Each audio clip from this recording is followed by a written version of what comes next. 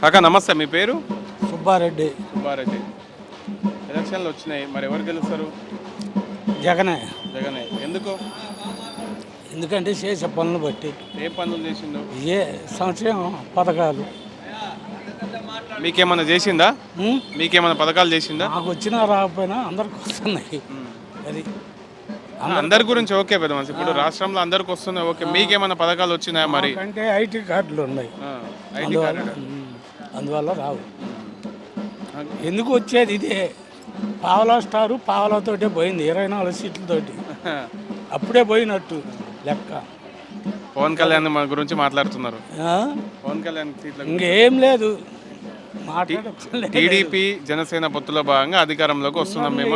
ఇంకా 50 మందిని కలుసుకోమను, ఏది రాదు.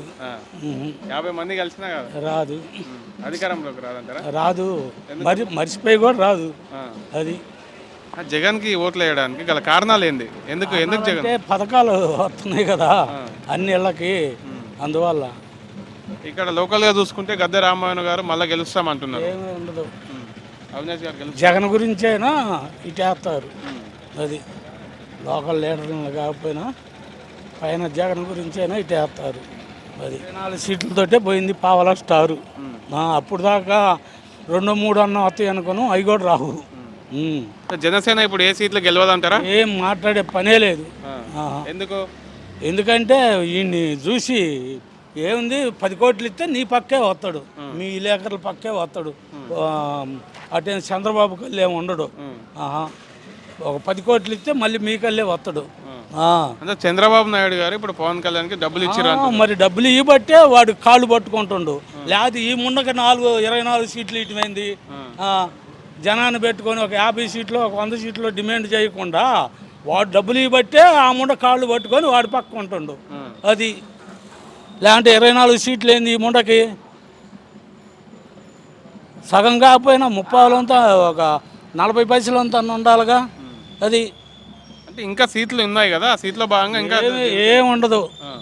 వాడు చెప్పినట్టే ఈ జనసేనకు నిలబెట్టేది కూడా ఈడి క్యాండిడేట్లే, తెలుగుదేశం క్యాండిడేట్లే. అది జనసేన గెలిచినా ఈ నలుగురు కూడా అటే పోతారు. ఎటు పోతారు? తెలుగుదేశంలోకి. ఈ ముండ ఏదైనా తాళన్నా కూడా పవన్ అటే పోతారు ఆ నలుగురు.